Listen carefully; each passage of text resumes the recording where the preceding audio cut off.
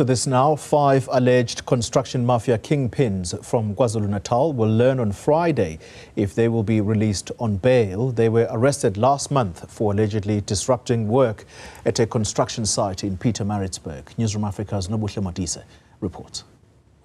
During the bail hearing, the investigating officer's testimony outlined the events of the 22nd and 23rd of August when the accused allegedly demanded the closure of the site if their demands of being service providers for security services were not met.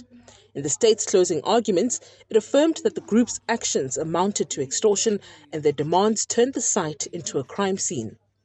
Your Worship, following the cross-examination of Warrant Officer Molapo, by the counsel for the applicants, I did not seem to gather any material dispute of the facts. What are those facts? That on the 22nd, they went to the construction site, caused it to be closed upon their demand. There is no substantial dispute of that fact. It is before you.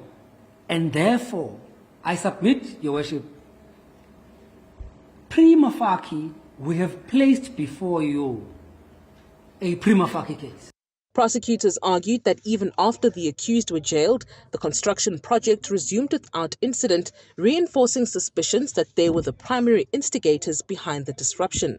The court has been asked to consider the likelihood that they will continue to wield influence over the site if granted bail. Now, let us look at what happens after the incarceration of the applicants. After they were incarcerated, project continued. There are no qualms, everything is in order.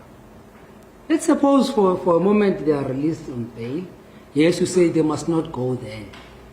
But they will be outside to still have an influence. It's quite clear.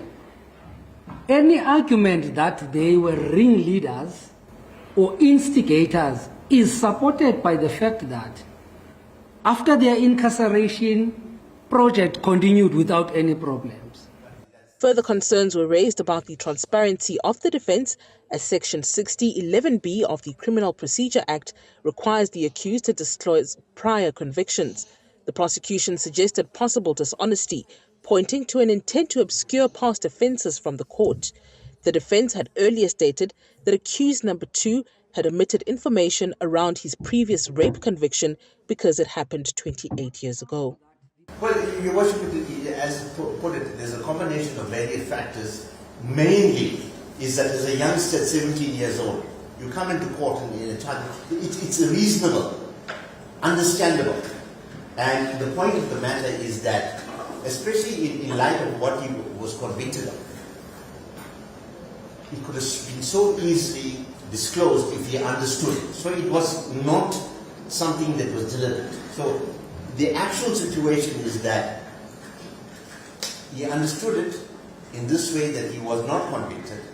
And as I said, is that 28 years ago, an offence committed that time could not be a factor that this court could have considered. So if he honestly believed that he was actually convicted, the easiest thing for him to have done to this court was to come tell the court, I was convicted.